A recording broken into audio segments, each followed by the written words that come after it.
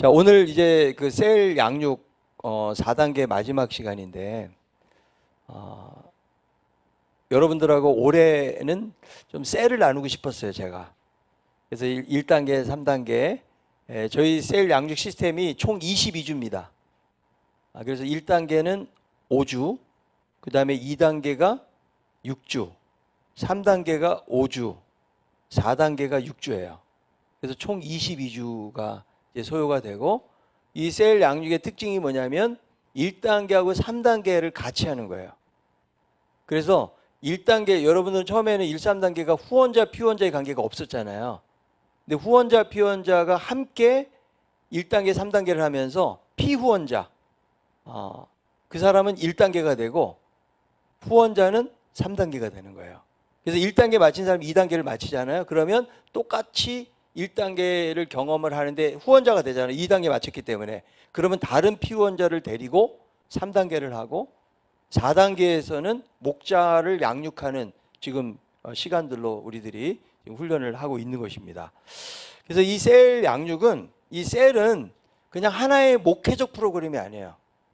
그냥 어째 유행하는 이런 프로그램이 아니라는 거죠. 저의 목회 철학은 뭐냐면 우리 신강교회가 어떻게 하면 하나님이 원하시는 공동체를 세워갈까요? 그러니까 이 교회라는 거는 사람들이 뭔가를 만들고 조직한 조직체가 아니에요. 교회는 누가 세우신 거죠? 바로 예수님께서. 그래서 사도 베드로에게 그 신앙의 고백 가운데 내가 반석 위에 교회를 세우리니 그랬거든요. 그래서 반석 위에 세워진 교회는 음부의 권세가 결코 이기지 못한다 이렇게 말씀을 하셨어요. 근데 이거를 캐톨릭에서는 반석이라는 말이 페드로가 반석이잖아요. 그러니까 베드로라고 하는 개인 어떤 인격 위에 세웠다고 생각을 해요. 그래서 캐톨릭은 일대 교주가 교주가 아니고 교황이 베드로예요. 그리고 계속 이제 교황으로 그 다음으로 이렇게 내려온다라고 그들은 생각을 하고 있는 것이죠. 그런데 그 말씀을 자세히 보면 예수님께서 그 말씀을 하신 다음에 예수님이 순환에 대한 예고를 하세요. 십자가에 못 박힐 것을. 그랬더니 베드로가 예수님 그러시면 안 됩니다. 그랬을 때 예수님이 뭐라고 그래요? 사단아 내 뒤로 물러가라. 너는 하나님의 말보다 사람의 말을 더 믿고 따른다라는 그런 말씀을 하시거든요. 그러니까 그 신앙 고백이라는 것은 그 사람의 인격 위에 교회가 세워진 것이 아니라는 거예요. 그냥 고백 위에 세워졌다는 그 말이고 복음 위에 세워지고 그리스도에 세워졌다는 거지 베드로라고 하는 인격 가운데 교회가 세워진 것은 아니라는 거예요. 그래서 이 개신교는 주님이 세우셨다는 거죠. 그런데 물론 주님께서 교회를 세우셨다면 교회를 세울 때에 주님이 디자인하신 교회가 있겠죠. 자, 내가 이 땅 가운데 교회를 세우기를 원한다. 복음 위에, 그리스도 위에, 반석 위에. 그렇다면 과연 어떤 교회를 세우기를 원하셨을까 하는 거죠. 이게 중요한 거예요, 여러분. 오늘날 여러분 교회들이 많잖아요. 자, 이렇게 한번 질문해 볼게요. 큰 교회가 좋은 교회일까요? 작은 교회가 좋은 교회일까요? 큰 교회가 좋은 교회일까? 작은 교회가 좋은 교회일까? 예? 이렇게 질문해 볼게. 전에 있었던 김태호 목사님처럼 큰 사람이 좋은 사람이야? 저처럼 작은 사람이 좋은 사람이야? 작은 사람 맞아. 근데 여러분 보세요. 키가 크고 등치가 크다고 해서 좋은 사람은 아닌 거잖아요. 그죠? 물론 작다고 해서 좋은 것도 아니에요. 얼마나 그 교회 공동체가 건강성을 유지하고 있느냐. 하나님의 말씀 속에서 하나님이 이 땅에 세우고자 하는 그 디자인하셨던 교회를 세워가느냐가 더 중요한 것이지. 근데 오늘날은 대형 교회가 다 모델이 돼버렸어요. 한국 교회. 전에 과거에 제가 신앙생활 할 때는요, 그 당시에 온누리 교회를 많이 갔어요. 왜냐하면 온누리 교회는 뭐 거기에 뭐 재정이나 예산 또 뭐 하는 어떤 그 해내는 행사들이 따라할 수가 없어요. 일반 교회들이. 그래서 가서 볼 때는 와 막 놀라운 거예요. 막 모임이 있고 행사도 막 너무 세련되게 진행을 잘해요. 근데 막상 교회 가서 하려고 그러면 안 되는 거예요. 왜냐하면 거기처럼 인력이 있는 것도 아니고 예산이 있는 것도 아니고 할 수 없는 것들이 너무나 많기 때문에. 그래서 그 큰 교회들, 대형 교회들이 보니까 정말 우리 작은 교회들이나 혹은 중형 교회들이 못하는 일들을 한단 말이에요. 당장 여러분들이 가서 예배를 드려도 어때요? 막 일단 찬양하는 사람들부터 벌써 프로야. 보컬 하는 사람이나 세션이나 이런 것들이 상대가 안 되는 거예요. 어떻게 보면. 거기서 예배를 막 드릴 때는 막 진짜 인도 잘하고 그러면 막 예배가 더 뜨거워지는 거죠. 근데 막상 내가 우리 교회 와서 예배를 드리려고 그러면 예를 들어서 우리 교회도 뭐 어느 정도 잘 갖춰졌지만 반주하는 사람도 제대로 없다고 생각해 보세요. 그리고 여러 명 모인 것도 아니고 몇 명이 모여가지고 만약에 예배를 드린다고 생각해 보세요. 그럼 거기서 과연 하나님의 임재를 경험할 수 있겠냐는 거죠. 근데 우리는 큰 교회가 어떤 일들을 해내다 보니까 그것이 자동적으로 모델이 되는데, 그런데요, 메가처치, 큰 교회는 위험성을 상당히 많이 내포하고 있는 거예요. 왜? 모든 면에서 너무 몸집이 커지는 거예요. 몸집이. 여러분, 몸집이 커지잖아요. 기업도 살아남을 수가 없어요. 그러니까 지금 기업은 과거에는 상하 구조식으로 이렇게 해서 기업이 경영이 됐다면 지금 그렇지 않아요. 수평적 구조로 다 이렇게 변화가 되는 거예요. 왜? 몸집이 작아져야 돼. 몸집이 크다 보니까 예산도 많고 할 수 있는 것도 많지만 거기에 따르는 어때요? 정말 황금 만능주의 시대에 큰 교회만이 할 수 있는 역할들을 하는 거죠. 그게. 그런데 여러분, 그 물질의 힘이 얼마나 무서운지 몰라요. 그래서 큰 교회들이 한국교회 안에서도 넘어지고 어려움을 당할 때 한국교회 전체가 큰 타격과 어려움을 입게 되어지는 거예요.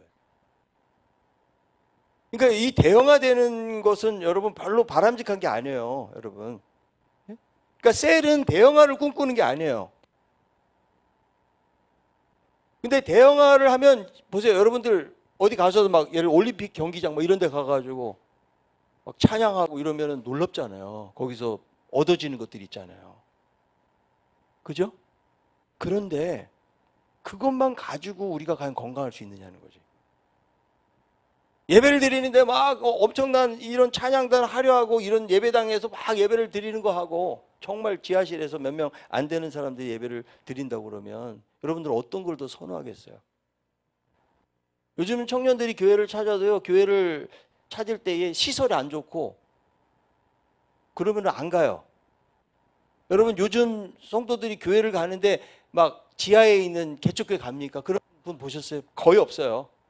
다 상처받고 힘들고 어려운 분들은 갈 수 있지만 교회를 찾아가는데, 그런데 과거에 우리나라가 70년, 80년 막 부흥할 시기에는 어때요? 막 2층 교회고 지하 교회고 꽉꽉 찼다고. 그때는요. 그냥 예배당 한다고 십자가만 걸어두면 사람들이 오는 시대였다고요. 지금은 안 가요. 교회를 가도 어때요? 여러분, 교회에서 이런 시스템이나 이런 게 세상보다 떨어져. 화질.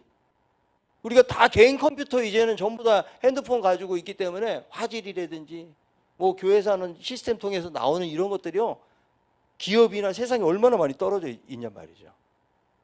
그러니까 이제는 교회를 안 가는 것이죠. 그 하나님이 과연 원하시는 교회는 어떤 교회인가 하는 거죠. 사람들은요, 자기 몸집이 커지고 돈이 교회가 돈이 많아지죠. 그럼 시험에 들어요. 이게 만모니즘에 빠진다고. 엄청난 거대한 자본금 가지고 이거 가지고 물론 못하는 일을 해내는 건강한 교회들도 있지만, 그러나 그것 때문에 실수하고 그것 때문에 쓰여지지 않을 곳에 돈이 쓰여지고 또 막 세습이 일어나고, 이런 일들은 세상 사람들이 볼 때도 별로 교회에 대해서 정말 우리 교회가 신뢰를 주는 행동을 못하고 있는 거예요. 그런 면에서. 하나님이 과연 원하시는 교회는 어떤 교회냐 하는 거죠. 그래서 이 셀교회는 다른 말로 이야기하면 초대교회를 돌아가자는 거예요. 그런 운동이에요. 초대교회. 하나님은요, 공동체를 정말 중요하게 여기시거든요. 그래서 이 공동체에 우리가 중요한 이유가 뭐냐면 삼위일체 하나님, 성부, 성자, 성령 이미 공동체. 예수님께서 사역을 하실 때도 보세요. 예수님은 12제자를 만드셨죠. 공동체를 통해 가지고 예수님께서 사역을 감당하셨던 걸 볼 수가 있거든요. 초대교회도 보세요. 초대교회도 공동체예요. 주로 가정에서 모여가지고 그들이 어려운 중에서도 모임을 했다는 거예요. 그리고 정말 어릴 때 핍박의 시기는 어때요? 카타콤. 무덤 속에 들어가서 지하 무덤 파가지고 거기서 예배를 드리고, 제가 로마에 있는 카타콤이 로마 전역에도 여러 군데 있고 그다음에 터키 지방이나 이런 데도 있는데요. 제가 로마 지역에 있는 카타콤을 가봤거든요. 골목이 좁아요. 좁은데 옆으로 이렇게 딱 공간들이 있어요. 이게 무슨 공간이냐면 시체를 넣어둔 공간이에요. 그러니까 거기서 함께 예배드리다가 죽으면 파묻어. 그리고 시체 썩는 냄새를 맡으면서 그들이 카타콤에서 그렇게 예배를 드리는 그런 초대교인들이 있었거든요. 그들이 얼마나 하나님의 사랑과 은혜를 경험했으면 그런 자리에서 예배를 드렸겠어요. 오늘 같은 무슨 악기가 있기를 해요. 무슨 뭐 에어컨이 있어요. 무슨 좋은 어떤 시설입니까? 전혀 아니거든요. 핍박자들의 눈을 피해가지고 그들이 거기서도 신앙을 지켜가면서 하나님의 교회를 이루어 갔기 때문에, 그래서 초대교회는 건강했는데 이 교회의 건강성이 언제 깨졌느냐? 아이러니하게도 313년 기독교 공인되고 기독교가 국교로 제정이 되면서 그때부터 초대교회의 모습이 사라졌어요. 날개를 하나 잃어버린 거예요. 대그룹과 소그룹이라는 날개를 잃어버려. 그리고 대그룹 중심의 성당을 크게 거대하게 지어놓고 거기 가서 예배를 드리는 방식으로 변화가 되다 보니까 성령의 역사를 경험하기보다는 관료적이고 제도적이고 조직화된 사람들이 만들어 놓은, 그래서 거기서 어때요? 권력이 세지니까 교황들이 부패를 하는 거예요. 교황이 왕을 다스리고 교황들이 엄청난 돈을 가지고 있잖아요. 그러다 보니까 어때요? 교황이 부패가지고 결국 종교개혁이 일어난 거 아니에요. 그게 여러분 인간에게 온 시험이라는 거죠. 그러면 하나님이 정말 원하시는 교회의 모습을 오늘날 우리가 뭐 초대교회를 따라간다고 얼마나 따라가겠어 우리가. 우리는 지금 너무 편한 거 아니에요? 그죠? 근데 우리는 정신만은 그래도 성경에서 요구하는 이 교회 모습이기 때문에, 단순히 교회가 어떤 지역에서 막 건물을 사고 확장을 해가지고 막 커지고, 교회가 엄청나게 부흥했네. 사람들이 엄청나게 모이네. 막 수많은 막 수천 명의 청년들이 모이고. 여러분 그것만 가지고 교회의 건강성을 결국 따질 수가 없다는 거예요. 그게. 그래서 그 초대교회의 뜨거운 신앙을 가지고 모였던 가정에서의 그 모임, 카타콤에서도 심지어는 막 모이기도 하고 서로 떡을 떼면서, 예루살렘 공동체는 재산을 공유하면서 그런 아름다운 신앙의 공동체를 이루어갔기 때문에, 저도 여러 가지 무슨 뭐 목회적인 프로그램이 있어요. 근데 셀은 본질인 거예요. 공동체, 그리고 하나님이 기뻐하시는 교회 모습, 그거를 위해서 저도 기도하고 이런 어떤 목회적인 철학을 가지고 해 나가는 거예요. 그런데 기존의 전통교회는요, 이 영적인 추수가 이루어지는 때에 담아내기가 너무나 어려운 부분들이 상당히 많이 있어요. 그래서 여러분, 한국교회가 왜 이 셀교회가 필요하냐면, 첫째는 수평이동이 너무 많은 거예요. 지금 우리 청년들 중에서 교회 이렇게 나오는 친구들 중에서 다른 교회 안 다니고 나 생짜로 처음 예수 믿는다 이런 분들 찾아보기 정말 어려워요. 어른들도 마찬가지예요. 우리 교회도 새신자들이 많이 들어와요. 그런데요, 우리 교회는 유아 세례가 10명이 넘고 막 그래요. 유아 세례가 많아요. 아기들이 많아. 아주 좋은 건강한 표현. 그런데 어른이 세례받는 경우가 별로 없어요. 몇 명 안 돼. 세례를 받는다는 것은 이제 처음 예수 믿고 이 사람들이 교회 와서 은혜 받아가지고 1년 동안 다니고 학습받고 세례를 받는다는 것은 믿음의 공동체 안에 들어온다는 거거든요. 근데 대부분의 사람들은 어때요? 교회를 다니다가 시험에 들어서 안 나가거나 혹은 어떤 직분을 받아서 이렇게 해가지고 수평이동으로 오는 거죠. 여러분 지역교회가 막 성장하는 거 보신 적 있으세요? 지역의 오래된 교회가 성장이 정말 어려워요. 그 어느 교회가 성장하느냐? 신도시, 개발. 거기는 사람들이 이사를 하기 때문에, 새로운 사람들이 교회를 옮기기 때문에 그게 수평이동으로 늘어나는 거예요. 그럼 수평이동으로 늘어나면 어때요? 자, 이게 하나님의 주머니, 이쪽에 있던 주머니가 이리로 들어오는 거죠. 하나님 나라 확장이라는 측면에서 볼 때는 이거는 부흥이라고 보기가 어려운 거죠. 그거는요. 근데 셀은 불신자에 대한 관심을 갖는 거예요. 셀은 안 믿는 청년들, 믿음이 없는 청년들, 그들에게 어떻게 복음을 전하고 그들이 우리 공동체 안에 들어오게 만드는가를 고민하는 것이 셀인 거예요. 그런데 지금 한국교회는 완전히 수평이동으로 이렇게 된 거예요. 그래서 이 지금 코로나를 겪으면서도 사람들이 교회를 안 나가고 최소한 20% 30% 정도가 교회 안 나가요. 나가던 사람들이. 그리고 교회를 나가던 사람들도 교회를 옮겨요. 보니까 그동안 자기가 계속 이제 온라인으로 예배하다가 내가 이렇게 신앙이 이렇게 되면 안 되겠다 그러고 교회를 옮기게 되는 그런 경우가 많이 있거든요. 그래서 이 수평 이동이 많기 때문에 사실 셀교회가 더 필요하다. 그다음 두 번째, 전통적인 방법을 가지고는 이제 안 된다는 거예요. 보통 여러분 전통교회는요 두 가지예요. 하나 예배, 또 하나가 뭔지 아세요? 기도회예요. 그리고 또 하나는 행사입니다. 뭐 전도회라든지 무슨 행사 그런 거예요. 근데 그것만 가지고는 불신자들을 초청하고 그들을 담기에는 이제는 부족한 거예요. 그게. 그리고 교인들도 훈련이 안 돼요. 여러분 예배만 드리고 기도회만 해가지고 그 10년, 20년, 30년 해도요. 그게 그냥 어떤 형식적인 신앙으로 자리 잡기가 쉽지. 내가 막 뭔가 훈련을 받아가지고 변화가 되기 위해서는 예배만 가지고 되질 않아요. 그게. 그런 부분들이 마지막 시대에 영적인 추수를 하는 데에 어떤 전통적인 어떤 이런 방법을 가지고는 안 된다. 자, 전도를 할 때도요. 자, 예수천당 보신 적 있어요, 예전에? 그런 분들 혹시 보신 적 있어요? 예수천당 보신 적? 지금은 많이 없어졌어요. 그게 원래 이유빈이라고 하는 권사가 이분이 감리교인데 이분이 신학을 안 하고 전도에 대한 은사를 받아가지고 이제 사람들을 막 훈련하기 시작했어요. 근데 그 예수천당 불신족 이 사람들이 그때는 저 사람들 왜 저렇게 저기 소리 지르고 저러나 그렇게 생각하잖아요. 진짜 이분들 간증 들어보면 뜨거운 마음이 있어요. 내가 안전하면 안 되는. 그래서 막 지하철 갔다 쫓겨나고 길에서 막 하다가. 근데 요즘은 이제 그렇게 하는 분들 거의 찾아보기가 어렵잖아요. 거기는 철저하게 훈련합니다. 한 사람 전도하죠? 그러면 우리 딱 나가면 오전에는 강의 듣는데 강의 들을 때도 절대 잠을 못 자. 뒤에서 잠자면 막대기가 날라와. 탁! 이렇게 쳐요. 그리고 오전에 강의 듣고 그 다음에 오후에는 어떻게 하면 전도하러 나갑니다. 그럼 몇백 명이 한 300명 막 그때 제가 가본 적 있어요. 저도. 그래서 갔는데 무릎 꿇어. 도로 한복판에서 막 기도해. 그리고 두 사람씩 가죠. 한 사람이 전도하죠. 한 사람은 이 사람 전도될 때까지 울어 옆에서 울면서 기도해. 얼마나 이 사람이 힘들겠어요. 예? 그리고 핸드폰 다 빼서 뭐 그렇게 하고. 근데 딱 문제가 뭐냐면 밤에 불을 다 꺼놓고 있죠. 한 사람씩 나와서 이제 자기 고백을 하려는 거예요. 그러니까 불특정 다수에게 누군지를 안 밝히고 자기가 고백을 하는데 내가 막 약간 막 음란했던 이런 일들 있잖아요. 이걸 막 고백을 하는 거예요. 그래서 그때 목회자들 모이면 막 목사님들이 갔어요. 아니 죄를 하나님께 고백하는 거지 왜 사람들에게 저렇게 불 꺼놓고 저런 고백을 하냐. 이래가지고 갔고 이것이 나중에는 이 모임이 교단에서도 이제는 금지.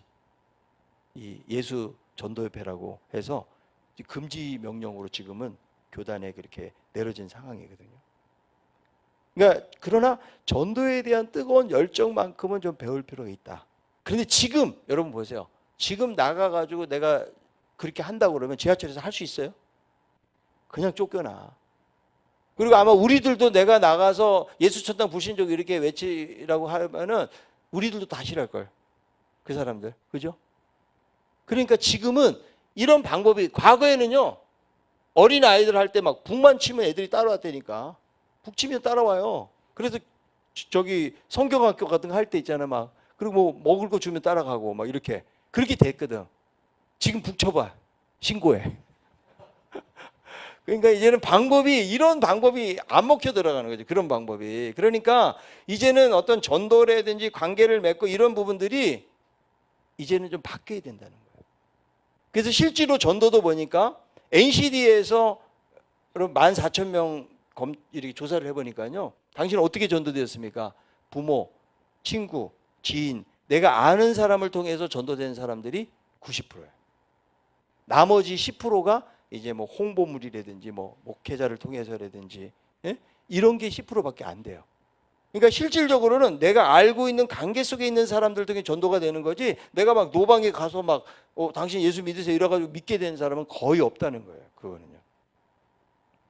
그래서 이제는 이런 방법론 자체가 달라지는데, 셀은 불신자들에 대한 관심이 깊어지는 게 사실 셀이에요. 근데 아직도 이런 부분들이 저도 이렇게 목회를 하면서 어려워요. 아직도 잘 안 되고 있어요. 이런 부분들이. 그래서 이 전통적 방법을 벗어나야 된다. 그 다음에 세 번째, 80대 20대 원리가, 80에 20의 원리가 있는데요. 이 파레토 원리라고 그러죠. 자, 우리 청년부가 만약에 100명이 있다 그러면요, 100명 중에서 한 20명만 일하는 거예요. 나머지 80명은 일을 안 해요. 그 개미들이 그렇대. 개미들이. 그래서 그 개미들을 또 갖다가 또 놓으니까 또 한 20%는 일하고 나머지 80%는 일을 안 한다는 거예요. 그러니까 교회에서도 여러분, 헌신된 사람들 한 20%고 나머지 80%는 일을 안 해요. 그냥 예배 참석하고 수동적으로 이렇게 사는 것이죠. 그러다 보니까 20%가 80%를 돌보는 거예요, 교회가. 그러니까 바깥으로 나가서 전도하고 이럴 에너지가 없기 때문에 안 된다는 거예요. 그런 룰이 적용이 되어진다는 거예요. 그 다음에 또 하나. 일반의 여러분, 보통 교회 어떤 훈련이나 이런 걸 통해서는 재생산이 안 돼요. 자, 제자훈련 해가지고 또 다른 제자를 만들어야 되잖아요. 근데 제자훈련 받으면 그 기수로 끝나. 이게 재생산이 안 될 수 있어. 또 하나 뭐냐면, 이 제자훈련의 약점이 뭐냐면 주지적이에요. 지식적인 전달이 많이 하다 보니까 경험적인 부분들이 별로 없는 게 제자훈련의 약점인 것이죠. 그래서 이 재생산이 잘 안 된다는 이 부분들이 부족하다. 그 다음에 다섯 번째는 건물 중심. 그동안은 교회가 이제, 자, 조그만 교회도 막 건축을 했어요. 그럼 사람들이 막 건축을 해가지고 건물이 커지고 그러니까 사람들이 막 와요. 그러니까 사람들이 건축할 때는 다 가. 왜냐면 헌금해야 되니까. 그리고 다 지어놓은 데 온다고. 그게. 근데 지금은요, 건물을 잘 지어놨다고 해서 오는 것이 아니에요. 그러니까 교회는 하드웨어가 중요한 것이 아니에요. 소프트웨어가 더 중요해요. 그 안에 어떤 방식을 가지고 교회가 운영되어지고 끌어지느냐가 중요한 것이지, 그냥 겉으로 무슨 뭐 건물만 막 크게 해놔도 되는 게 아니라는 거예요. 요즘 여러분 교회들 보면 어른들은 막 몇천 명 모이는데 청년들 몇십 명, 응? 막 중고등부 애들 뭐 몇십 명 이렇게 모이는 교회들도 꽤 있어요. 그러니까 이렇게 크게 모이고 대부분 장년 중심으로 이렇게 하다 보니까 점점 이제 교회 학교도 이런 면에서 이제 어려움을 당하는 이제 경우가 많이 있기 때문에, 이제 그런 면에서 셀은요, 이런 여러 가지 것들을 좀 탈피할 수 있는 그런 어떤 방법론을 가지고 있고, 그래서 초대교회가 가졌던 그런 정신을 가지고 나아가는 것이 셀이라는 사실을 여러분들이 기억을 했으면 좋겠습니다. 과거에 여러분 18세기 영국에서도 대부흥이 있었고 19세기에도 부흥이 있었잖아요. 조지 필드하고 요한 웨슬레이 차이를 이야기하라고 그러면, 조지 필드는 대중 집회를 많이 했어요. 설교를 너무 잘하고 막 많은 사람들이 각성하고, 이제 대각성의 주역이라고 말할 수가 있거든요. 근데 요한 웨슬레이는 그거를 통해 가지고 많은 변화들이 생기지만, 이 사람이 만든 게 감리교 밴드, 속회, 이걸 만든 거죠. 이 셀이에요, 셀. 그러니까 이런 대그룹으로, 예를 들어 빌리그램처럼 막 와가지고 막 설교하고 여기서 막 변화받고 이러지만, 그 사람들이 그 위에 예수를 믿었는지, 그 사람들이 어떤 하나님 앞에 헌신을 했는지 이걸 알 수가 없는 거예요. 그래서 중요한 게 뭐라고요? 셀이에요. 이 속회를 감리교로 만들어 가지고 나름대로 그 안에서 재고백하고 자기의 삶에 대한 나눔을 하면서 그 공동체가 건강하게 성장할 수 있는 계기를 만들었다는 거예요. 그러니까 저는 청년부도 그렇게 생각해요. 우리 청년부도 아무리 목사님이 설교를 잘하고 여러분들이 도전을 받아도 그것만 가지고는 안 돼요. 내가 들은 이 말씀을 가지고 내 삶에서 어떻게 내가 살았는지를 나눠야 돼요. 그래서 실질적으로 여러분 셀에서 나누는 나눔은요, 추상적인 나눔이 아니에요. 지금은 이제 어른들 같은 경우도 제가 말씀이 있으면 돼지가 3개잖아요. 그럼 돼지 3개에 따른 문제를, 적용 문제를 내요. 전부 다 지식을 물어보는 문제는 하나도 없어요. 그래서 토요일 날 되면은 우리 교육자들이랑 같이 이 셀 나눔을 미리 제가 설교하기 전에 나눔을 하고, 또 마을장들이랑 모임을 하고, 또 마을장들은 목자들하고 하고, 목자들은 목장원들을 나누면서 이렇게 지금 흘러가는 것이죠. 그래서 그 나눔이 어떻게 나누면 셀에서는 이렇게 나눠요. 당신 이번 주 한 주 동안에 성적으로 유혹받은 일이 있습니까? 이렇게 구체적으로 물어봐. 당신 재정적으로 당신이 시험 들은 일이 있습니까? 이렇게 물어봐. 이렇게 물어보는 분 있어요? 자, 우리 청년회가 모여가지고 이야기를 하면서 당신은 이번 한 주 동안에 성적으로 유혹받은 일이 있습니까? 이렇게 질문해 본 적 있습니까? 그럼 만약 그렇게 질문했다면 얼마나 우리가 그 안에서 나눔들이 치열하게 나오겠냐 이거요. 그런 질문 안 해요. 당신 이번 주 사는데 뭐 아무 문제 없었어? 저 좀 어려운 일 있었어요. 뭐 이런 거지. 어떻게 보면 그냥 겉으로 나타나 있는 나눔을 하고 있는 거지 그 뿌리 속에 있는 동기, 내 안에 있는 가장 밑바닥에 있는 것들을 나누지를 못해. 그러니까 모임이 겉돌아요. 그런데 왜 나눔이 중요한가 하면 보세요. 내가 하나님 앞에 어떤 죄를 짓잖아요. 그럼 여러분들이 하나님 앞에 하나님 나 잘못했어요 회개합니다 이렇게 기도하죠. 그 다음에도 또 죄를 지을 가능성이 커요. 왜? 하나님만 아니까. 여러분하고 하나님만 아는 비밀이 있어 없어? 있어요 없어요? 예? 말을 안 하는 거지. 그죠? 근데 하나님은 알고 계셔도 전능하신 하나님이시니까 하나님이 나를 다 용서해 주실 거야. 하나님 제가 이렇게 부족합니다. 제가 날마다 이렇게 여기서 이 죄로부터 자유로워지기를 원하지만 또 죄에 제가 매여서 살아갑니다. 이렇게 하나님 의지하고 살죠. 그런데 하나님만 알고 있기 때문에 우리는 또 죄를 짓는다고. 만약에 여러분이 저에게 상담을 하고 목사님 제가요 이런 죄가 있거든요. 이거 좀 어떻게 잘 죄에서 벗어날 수 있도록 기도 좀 부탁드립니다. 만약에 여러분이 찾아온다면 제가 커피 타줄게. 만약에 찾아온다고 그러면 여러분들이 어떻게 살겠어요? 그 뒤로. 예? 제가 그 다음 주에 또 불러. 야 일로 와봐. 너 지난주에 나한테 이렇게 말했지. 너 이번 한 주 동안 잘 살았니? 목사님 제가 잘 살려고 노력했는데 안 됐네요. 그래? 내가 또 기도할게. 그리고 그 다음 주 또 됐어. 만약에 제가 여러분들을 부른다 그러면 여러분들이 어떻게 하겠어? 이전까지 똑같이 행동할까요? 아니에요. 왜? 제가 알고 있기 때문에. 이게 공동체의 힘인 거야. 그래서 나눔이 피상적인 나눔이 되는 것만 가지고는요. 진정한 하나님의 임재를 경험하기 어려워요. 그러니까 정말 건강한 공동체는 내가 나눌 수 있을 만한 신뢰하는 공동체가 돼요. 먼저는. 자, 내가 이야기를 했는데 이거를 막 다른 셀에서 친구들이 알아. 야, 걔 있잖아. 뭐 요번에 이랬대. 이런 이야기를 하잖아요. 그러면 이게 자꾸 돌다 자기에게 돌아와요. 그러면 이 사람 시험에 드는 거예요. 그러니까 어떤 말을 해도 우리 셀은 어떤 말을 해도 끝까지 지옥 갈 때, 지옥이 아니지. 그렇죠? 지옥이 아니지. 오늘 내가 아침에 지옥 설교를 했더니 지금 지옥이 입에 붙었어. 지옥은 아니야. 어? 무덤에 갈 때까지. 자, 무덤에 갈 때까지 내가 지켜준다. 이게. 그런 말을, 자, 보세요. 여러분들이 정말 나하고 진짜 친한 친구 있나요? 여러분 친한 친구 있어요?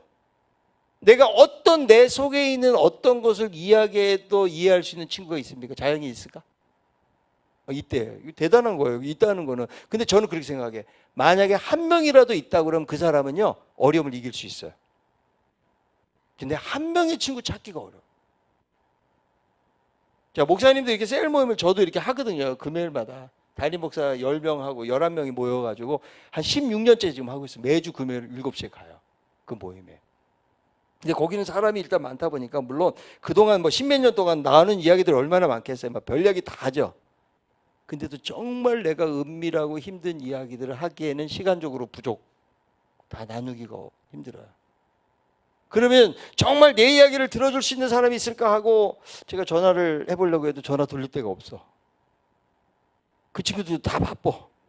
다 목회하느라고 바쁘고 정신없지. 저의 어떤 예를 들어서 제 마음속에 있고 힘든 부분들을 잘 들어줄 만한 그런 사람을 찾기가 너무 어려운 거예요. 근데 한 명의 정말 좋은 영적인 친구가 있다 그러면 그 사람을 잘 이겨낼 수가 있다. 그래서 우리 목장 안에서 목장을 여러분 그냥 형식적으로 모이는 건 소용이 없어요. 우리가 셀을 공부하고 훈련을 했잖아요. 진짜 진솔한 고백이 있어야 돼요. 근데 사람들은 전부 다 그냥 가면 쓰고 보여요. 이번 주 잘 지냈어요? 네, 잘 지냈어요. 너는 잘 저도 잘 지냈어요. 뭐 잘 못 지냈는데 지금 집에서 대판 싸우고 왔거든. 근데 잘 지냈대. 이렇게 되니까 그 안에서는 노출이 안 일어나면은 역사도 안 일어나. 그게. 그래서 우리가 건강한 셀 공동체가 된다는 것은 뭐냐면 정말 신뢰할 만한 공동체가 되고 상대방을 세워주는 일을 하는 거예요. 그리스도의 몸을 세우는 게 바로 그걸 세우는 거예요. 서로 위로하고 말씀 속에서 세워주는 역할을 하는 거죠. 그리고 그 사람이 힘들잖아요. 내가 여기 좀 내가 이걸 이기길 원하는데 안 돼요, 잘. 그죠? 그런데 이 공동체가 계속 기도한다고 생각해 보세요. 나를 위해서 내가 지난주에도 실수하고 그 죄를 똑같이 범했지만 지금 나를 위해서 기도해 주는 공동체가 있다는 사실 때문에 그 다음에 사람이요, 생각이 달라져요. 뭔가 이제는 행동을 제어할 수 있는 힘이 그 사람에게 생겨나게 되기 때문에. 그래서 중요한 거예요, 여러분. 그러니까 우리가 셀 4단계를 마무리하면서 셀에서 중요한 거는 공동체의 어떤 하나됨이 중요한 거예요. 먼저 이게 되는 것이 중요해요. 그래서 우리 모두가 가족 공동체라는 거예요. 여러분들이 옆에 사람 가족처럼 생각하시나요? 자, 옆에 사람 말이에요. 돈 좀 꿔줄래? 돈 좀 꿔줘. 자, 그냥 우리 교회 안에서 만나기 때문에 그냥 친한 정도 이렇게 생각해요. 근데요, 잘 보세요. 여러분들이 우리가 말로는 가족이라고 그러지만 사실은 가족답지 않을 때가 많아요. 네? 근데 자, 이 사람이 정말 힘들어하고 어려워해요. 만약에 이 사람이 내 동생이라고 생각해봐요. 내 친동생. 그럼 생각이 좀 다를걸요? 근데 다른 사람은 힘들고 어려워해도 이 사람이 내 동생은 아니야. 그냥 교회 한 청년 중에 하나고 나랑 좀 친할 수도 있고 안 친할 수 있는 관계라고 생각한다는 거예요. 그러면 사람의 생각이 달라요. 그래서 가족이라는 이 공동체가 중요하고, 우리가 가족은 우리가 예수님 믿음으로 어때요? 우리 피가, 예수님의 피가 흐르죠. 그래서 우리 혈액형이 무슨 형인지 알잖아요. 보혈형이라고. 주님의 피가 흐르는 거예요. 그러니까 가족이지만 예수 그리스도를 믿음으로 이 가족은 혈연 공동체를 뛰어넘는 거예요. 왜? 우리 가족 중에서도 예수님 안 믿으면 천국에 못 가잖아요. 그러나 이 사람이 예수님 믿으면 다 천국에서 만날 사람들이기 때문에 영원한 가족이래요. 자, 해봅시다. 당신과 나는 영원한 가족입니다. 근데 표정이 그 정도로 해가지고 영원한 가족 같지가 않아. 진짜로. 그게 여러분 셀 공동체를 통해 그거를 경험. 왜냐하면 교회를 성경은 뭐라고 말하냐면 가장 성경이 교회에 대해서 말하는 중요한 개념이 뭐냐면 교회 그리스도의 몸이라는 거예요. 몸. 여러분 몸이 조직입니까?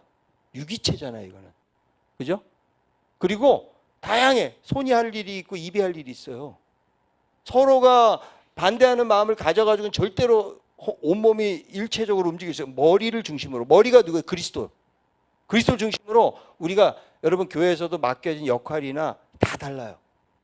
그러나 모두가 필요해요. 여러분들이 교회 청년부 나와서 나는 아무 일도 안 한다 이렇게 해도 여러분 보세요. 내 몸에 만약에 새끼발가락이 아프다고 생각해보세요. 다 아파, 우리 몸이. 그게 가족 공동체라는 거예요. 그래서 셀을 통해서 정말 세상의 대조사회를 만들어야 돼, 우리 청년부는. 셀을 통해서. 다른 데서 나누지 못할 걸 여기서 나눌 수 있어야 돼. 응?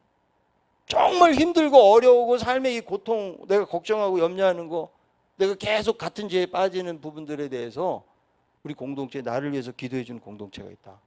이거는요, 엄청나게 우리의 신앙을 건강하게 세워가는 중요한 역할을 하는 거예요. 그러니까 여러분들이 셀 양육을 1년 동안 들으면서 뭐 다양한 강의도 듣고 이렇게 뭐 내치까지 가고 그랬잖아요. 그런 공동체를 만드세요. 2024년도에 1년 동안 우리가 이렇게 했잖아요. 그렇게 하고 이 1,3단계는 원래 1,3단계는 여러분 양육단계에서 1,3단계는 한 번만 하고 끝나는 게 아니에요. 여러 번 하는 거예요. 그러니까 내가 이미 1단계를 받고 2단계까지 한 사람들은 내가 후원자가 된 거예요. 후원자. 그래서 교회 처음 나오고 신앙이 없는 사람들을 내가 데리고 이 사람들 데리고 1단계, 3단계를 같이 공부하고 그리고 내적 치유 수양회를 가는 거예요. 자, 내적 치유 수양회 우리 지금 간 분들도 있고 안 간 친구들도 있잖아요. 내치는 한 번 가는 게 아니에요. 몇 번을 계속 가야 돼요. 셀 양육이라는 거는 그냥 한 번 딱, 난 다 끝났다. 이건 프로그램이에요, 그거는. 우리의 목장을 더욱더 건강하게 만들기 위해서 말씀을 듣는 건데, 자, 여러분 보세요. 여러분들이 말씀을 자꾸 새로운 말씀 들으려고 하지 마. 지금 1단계, 3단계도 똑같은 말씀 가지고 해도, 이번에는 오 목사님 했지만, 제가 했던 설교를 그대로 해도요, 거기서도 또 똑같이 내가 전에 안 들리던 게 들리는 거예요. 그게요. 그게 너무 중요해요. 그래서 우리 목장을 만들어 가는데 정말 세상에서 없는 그 독보적인 공동체를 만드는 방법이 뭐예요? 예수 그리스도를 중심으로 해가지고 우리의 공동체를 건강하게 세워가는 거. 이러면 여러분, 저는 청년부가 부러울 게 하나도 없어. 물론 뭐 여러분들에게 공간이 여기 좁고 그래서 본당을 내줘야 되는데 못 내주고, 지금은 어른들이 더 많이 모이니까 어쩔 수 없어. 여러분들이 더 많이 모이면 그때 올라오세요. 예? 예. 그러니까 저도 담임 목사를 여러분 너무 생각하고 이렇게 해주고 싶은데, 이게 교회 체제가 이게 또 쉽지가 않아요. 더 많은데 여기 앉을 수가 없는데 또 그런다고 또 바꿀 수가 없잖아요. 또 시간적인 또 이 조정도 해보려니까 어려움도 많이 있거든요. 여러분들이 진짜 초대교회는 얼마나, 그 사람들이 무슨 공간이 있는 게 아니잖아요. 공간이 없어. 교회가 없어. 건물이 집집마다 모였다고요. 예. 그래서 모일 때마다 정말 하나님, 이 공동체 가운데 역사하신 하나님의 임재를 경험하기 원합니다. 내가 주일날 예배 시간을 통해서 하나님의 말씀을 듣고 찬양하고 은혜 받은 것처럼 내가 이 셀 모임을 통해서도 하나님의 정말 귀한 은혜를 경험하기 원합니다. 그게 여러분 건강한 교회 공동체예요. 두세 사람이 모인 곳에 나도 그들 중에 있다고 말씀하셨기 때문에 여러분, 2명만 있으면 그 공동체에서 누가 계시는 거예요? 그리스도가 계시는 거예요. 그러면 여러분, 2사람이 어때요? 하나님의 방식으로 사랑하고 하나님을 사모해 보세요. 거기에 하나님의 임재가 임하는 거예요. 아무리 건물이 좋고 막 대단한 사람들이 있다고 거기에 하나님의 임재가 있는 것이 아니라니까요, 여러분. 제대로 된 악기도 없고 진짜 막 개척교회 지하실 냄새 막 풀풀 나고 사람도 안 찾아오는 교회에서라도 2명이 모여가지고 기도하고 하나님 사모하고, 그러면 여러분, 그게 교회 아니에요? 거기에 하나님의 임재가 있다는 거예요. 그래서 이 가족이라는 생각을 하고 우리가 내적인 친밀함들을 잘 만들어가는 것이 셀의 목표예요. 중요한 이거. 그래서 여러분들이 그런 어떤 목장이 될 수 있도록, 여러분들이 뭐 아무래도 예배 시간에 이런 어떤 훈련을 이렇게 하다 보니까 다 참여하고 또 내치도 간 사람도 있고 안 간 사람도 있고, 그러다 보니까 어떻게 보면 막 셀에 대해서 막 충분하게 여러분들이 이렇게 잘 못 들을 수도 있어요. 그러나 여러분, 오늘 이 말씀의 핵심이에요. 가장 중요한 것이, 하나님, 우리 청년부가 이런 공동체를 세워가기 원합니다. 그런 공동체를 만들어가는 여러분들 되었으면 좋겠습니다. 예. 그 다음에 2번째는 뭐냐면, 첫째는 그러니까 관계를 통한 하나님과의 경험 확대를 해나가는 거. 이게 첫 번째예요. 두 번째는 바로 전도와 양육이에요. 그래서 전도는 새 생명이고 양육은 예배가 성장하는 거예요. 그래서 진짜 처음에 제가 우리 신각교회 왔는데 전도회가 다 있잖아요. 전통적인 교회에서는요. 여전도회도 있고 남전도회도 있어요. 근데 여전도회는 여전도회가 모이는데 주로 여전도회 하는 일이 뭐냐면 뭐 파는 일을 많이 해. 뭐 참기름도 팔고 막 이런 거. 그거 해가지고 이제 선교나 뭐 이런 일을 하겠다고 하고, 그 다음에 친교 모임으로 그 전도회가 있는 거예요. 근데 저는 목장을 만들다 보니까 목장은 행사 중심이 아니에요. 전도회는 행사 중심이에요. 그런데 목장은 전도와 양육 중심이에요. 그러다 보니까 자연스럽게 이중적 구조가 된 거예요. 처음에는 전도회도 있고 또 하나는 목장이 있는 거예요. 그러니까 이중적 구조가 되고, 그 전에 있는 목사님은 행사 중심으로 가다 보니까 전도 회원들 데리고 무슨 일을 다 했거든요. 근데 저는 이제 목장을 하다 보니까 목장 중심으로, 마을장 중심으로 해가지고 가다 보니까 이 전도회가 소회가 되는 거예요. 거기가. 그래서 제가 와서 한 2, 3년 지나면서부터 여전도회가 없어졌어요. 그렇게 하고 어떻게 했냐면 목장으로 통합을 했어요. 목장 안에 어떤 행사, 그 다음에 전도, 양육 이거 중심으로 하는 그런 목장으로 체제가 지금 변화가 됐고, 그 다음에 지금은 남전도에도 없어서 남전도에, 그 당시에는 남전도회가 모임이 안 됐고 여성들은 모임이 잘 됐기 때문에 이제 여전도회만 없앴는데, 지금은 이제 우리 남전도에도 우리 교회가 없어요. 그래서 동호회 중심으로 해서 이런 취미나 이런 걸 중심으로 해서 모임을 갖게 하고, 내년에는 지금 남자 목장이 참 모이기가 되게 어려워요. 어떻게 하면 좀 잘 모이게 할 수 있을까, 이거를 지금 고민하고 있는데, 그래서 그렇게 됐기 때문에 이게 전도와 양육 중심으로 가는 거예요, 셀은요. 자, 우리에게도 제일 필요한 게 뭘까요? 우리도 뭐 행사가 필요해. 그런데 교회는, 전통적 교회는 그냥 행사로 끝나. 영혼에 대해서 정말 간절한 마음을 가지고 안 믿는 불신자들을 전도하고 이런 것보다는 그냥 뭐 체육대회 하고 뭐 무슨 행사하고 이런 행사로 끝나기가 쉽다는 거죠. 그래서 이제는 전도와 양육을 통해서 계속 번식해가는 그런 목장을 만드는 것이 두 번째 과제예요. 그러니까 첫 번째는, 제가 이게 잘 안 된다고 그랬죠. 자, 첫 번째는 목장 안에 자체적으로 이 목장 모임을 통해서 친밀함을 경험하고 하나님과 관계가 확대가 돼. 그 다음에는 어때요? 이게 이제 이제 친밀감을 해보겠으면 어때야 돼요? 바깥으로 나가서 계속적으로 전하는 일들을 해야 되는데, 그런 부분들이 저도 목회를 하다 보니까 참 어려워. 여러분, 여러분들도 보면은 예배 참석은 할 수는 있는데 또 봉사할 수도 있어요. 어디 수련회 참석할 수 있어요. 전도하는 게 쉬워요, 어려워요? 전도할 생각 하시나요? 해요, 안 해요? 내가 이 사람 정말 전도하겠다 막 계속 기도하면서, 나는 계속 전도자들 생각하면서 기도한다. 그런 분들 머리만 만지는가 그냥? 그게 쉽지가 않아요. 어른들도 마찬가지예요, 그게. 그런데 여러분, 사도행전 1장 8절이 뭐예요? 오직 성령이 너희에게 임하시면 너희가 권능을 받고 예루살렘과 온 유대와 사마리아 땅끝까지 이르러 내 증인이 되리라. 그래서 성령의 권능을 받고 증인이 되라고 지금 예수님께서 승천하시면서 말씀하신 거예요. 그런데 예루살렘 교회가 어떻게 해요? 증인 역할을 안 해요. 초대교회가 막 놀라운 부흥과 역사가 일어나고 그랬는데 여전히 이들이 흩어지지 않아요. 그래서 사도행전 8장에 보니까 예루살렘 교회 핍박이 찾아와요.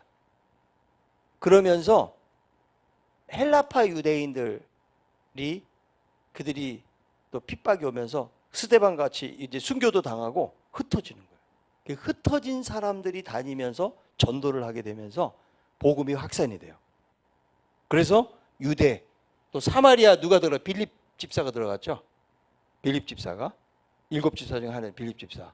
그리고 땅 끝까지 이르러서 복음이 증거되어지는 역사가 사도행전의 역사라는 거죠. 그러니까 여러분, 셀도 가장 중요한 목적은 뭐냐면 하나님 나라 확장이에요. 셀. 자, 우리 교회 공동체의 가장 중요한 목적이 뭘까요? 하나님 나라 확장해 가는 거. 자, 우리 목장의 가장 중요한 목적이 무엇일까요? 자, 우리 목장이 모여가지고 막 너무 신난다, 재밌다, 맛있는 거 먹으러 가고, 그거로 끝나면 안 되는 거예요.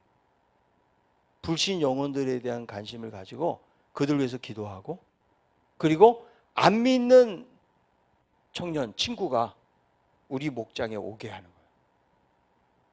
그게 여러분, 목장의 가장 중요한 목적이에요. 하나님 나라 확장. 그래서 여러분, 안 믿는 친구를 데리고 오는 그 전도 행사가 있어야 돼. 근데 보면은 잘 활성화가 안 돼. 자, 우리 어른들도 보니까 어른들도 이제 행복축제를 계속했어요. 근데 행복축제 해도 사람들이 그 다음 주에 보면은 또 적응 정착이 안 돼요. 근데 매주 오는 사람들이 행복축제 왔던 사람들, 이런 분들이 이제 많이 들어와요. 그러니까 이제 행복축제를 하는 이유는 뭐냐면, 좀 안 믿는 사람들에게 가까이 다가가는 관계전도 얘기해요. 약간 행복축제는. 그래서 연예인을 부르는 이유가 뭐냐면, 왜냐하면 다 교회 와야 되는데 연예인들은 그래도 얼굴이라도 보려고 하는 마음을 가지고, 작년 같은 경우는 김창옥 교수가 왔잖아요. 전도하기가 너무 쉬웠어요. 예, 왜냐면 말만 해도 아니까 사람들이 막 온다는 거. 일단 교회 오게 하고 그 다음에 연예인들이나 게스트들이 증가하면 또 제가 이제 복음에 대해서 한 5분에서 10분 정도 이렇게 전하잖아요. 어쨌든 그런 기회를 주는 거예요. 근데 이게 지속적으로 이 사람들이 다 연결이 돼가지고 막 와야 되는데 이게 잘 안 되는데, 여러분 대그룹을 통해 가지고 오는 거는 그냥 자연 수평 이동이나 증가가 많아요. 지나가다가 여기 교회가 있네 그러고 한 가보자 그리고 오는 사람들이 많거든요. 근데 진짜 건강한 공동체는 어떤 공동체여야 돼요? 안 믿는 사람들 여러분들이 데리고 와야 돼요. 그게 하나님이 원하시는 교회 모습이에요. 그러니까 수평 이동이 아니고 안 믿는 생째배기 사람들이 와서 예수를 믿게 해야 된다. 그래서 이전 교회 사역을 하면서 그 청년부는요, 그 카바레를 빌렸어. 거기를. 그 낮에는 거기 안 쓰잖아요. 밤에 이렇게 하니까 춤추고 막 이런 데 있잖아요. 술 마시고 그런 공간을 빌려가지고 거기서 모임을 갖는 거예요. 그러니까 안 믿는 친구들이 교회는 가기 뭐 하니까 그런데 청년부 모임이 한다고 그러니까 거기 가가지고 하면서 자연스럽게 이 친구들이 교회라는 공동체 안에 들어올 수 있도록 그런 일들을 한 거죠. 그러니까 그게 전통적인 사고방식으로 잘 안 되는 거예요. 자, 우리들도 예를 들어 전도하잖아요. 그럼 전도했어. 그러면 야, 이번 주에 교회 가자. 그럼 교회 오는 친구가 있어요? 안 와요. 그럼 우리가 어떻게 해야 돼? 나가서 해야 돼. 우리가 나가서 그 사람을 전도하기 위해서요, 친구들 데리고 와. 그리고 함께 어디 놀러 가요. 식사도 해요. 그리고 막 예수님에 대한 얘기 안 해요. 친구 만들기를 하는 거예요. 그게 셀의 전도 방법이에요. 친구 만들기를 해가지고 자연스럽게 그 사람들이 이 안에 이런 기독교적인 문화나 이런 데 할 수 있도록 해주고, 저도 어른들을 그렇게 해본 적이 있어요. 어른들 막 과천에 모여가지고 거기 한 바퀴 돌고 게임도 하고 그 다음에 식사도 이렇게 사주고 그랬더니 저도 이제 사복 입고 나가가지고, 목사인데 사복 입고 나가서 그렇게 하니까 어떻게 오시게 됐어요? 그러니까 뭐 이것 때문에 누구 때문에 오고 막 이런 얘기 하는 거예요. 밥 먹고 나서. 그리고 딱 하는 소리가 뭐냐면, 야, 교회 모임이 이렇게 재미있는 모임은 처음 봤다는 거예요. 그런 사람들은요, 그 다음번에 교회로 초청할 때 오기가 쉬운 거죠. 그러니까 여러분 셀 양육을 받고 셀로 여러분들이 이제 나아가려고 그러면 좀 더 사고를 넓혀야 돼. 단순히 우리는 교회 공간 여기에 있는 것이 아니고, 교회는 공간이 아니에요. 교회는 사람들이 교회인 것이죠. 그래서 우리 신강교회가 계속 안 믿는 친구들에 대해서 관심을 가지고 그런 행사를 하세요. 식사 모임도 하고 같이 그 친구들을 초청해서 할 수 있는 모임들을 만들어 가지고 그들로 하여금 여기 오도록 하는 공동체를 만들어야 성숙한 공동체가 돼요. 그게 안 되면 그냥 청년들이 많이 모이니까 그냥 한번 와보고 지나가다 와보고 교회 다닌 사람들이 와보기도 하고 이렇거든요. 그러니까 지금 교회를 다니다가 쉬고 있는 친구들, 청년들, 그 다음에 안 다니는 사람들, 이런 거에 대한 관심을 가지고 우리 청년부가 기도하면서 나아갈 때에 그것이 전도와 양육을 통해서 하나님 나라가 확장되어지는 셀의 중요한 목적을 여러분들이 성취하게 되는 그런 것이 된다는 사실을 여러분들이 꼭 기억할 수 있길 바랍니다. 자, 그래서 셀의 가장 중요한 목적이 두 가지 뭐라고 그랬죠? 첫째는 내적인 친밀감을 만드는 거, 공동체성을 만드는 거. 두 번째, 전도와 양육을 통해 가지고 하나님 나라를 확장해 가는 이 두 가지의 중요한 목표를 갖는 것이 너무나 중요하다고 말할 수가 있고요. 그래서 이런 비전들이 확산되기 위해서 여기 보면 지도자가 올바른 셀 리더십을 가져야 된다. 여러분 셀 리더로 하는 지도자들은요, 권위적이면 안 돼요. 뭐 요즘 물론 권위적인 사람 없어. 청년들이. 지금 여러분 기업도 다 수평적 구조로 바뀌지 수직적 구조가 아니에요. 지금은요. 네. 그래서 여러분 목자들은 잘 섬기는 거야. 내가 나에게 목자들, 여기 지금 목자들 계시잖아요. 목자들이 있으면은 목자는 섬김을 위해서 있는 거예요. 그래서 그들을 위해서 늘 날마다 기도해야 돼. 목장원들을 위해서 기도하고 잘 섬기고 잘 돕고, 이렇게 해서 이 사람들이 이 신앙 안에서 잘 성장할 수 있도록 도와주는 역할을 여러분들이 좀 해야 된다는 것이죠. 그래서 이 목자에게 가장 중요한 마음은 아버지의 마음이에요. 아버지의 마음. 주님이 가졌던 그런 마음을 가지고 이제 감당을 해야 된다. 그래서 여러분들이 그런 어떤 목장을 운영하면서도 그 셀 비전을 좀 가지세요. 셀에 대해서 정말 건강하게 만들어 가야 되고 주님의 임재를 경험하기를 바라고, 또 이것을 통해서 믿지 않는 또 많은 영혼들이 주께로 돌아오는 그런 어떤 마지막 날 추수에 대한 그런 확고한 비전을 가지고 나아가면은 분명히 하나님이 여러분들을 통해서 하나님 나라를 확장시키고 이루어가는 역사들을 하나님이 저는 주실 줄로 믿어요. 아멘. 네. 그래서 여러분 이사야에 보니까 이사야 60장의 22절에 그 작은 자가 1000명을 이루겠고 그 약한 자가 강국을 이룰 것이라. 때가 되면 나 여호와가 속히 이루리라. 그래서 우리 한국 교회에 최고의 셀 모델이 만들어지고, 그리고 전 세계에 우리가 복음화를 위해서 우리가 기도하면서 나아갈 때에 하나님이 공동체를 통해서 놀라운 하나님의 역사들을 일으켜 주리라고 그렇게 믿습니다.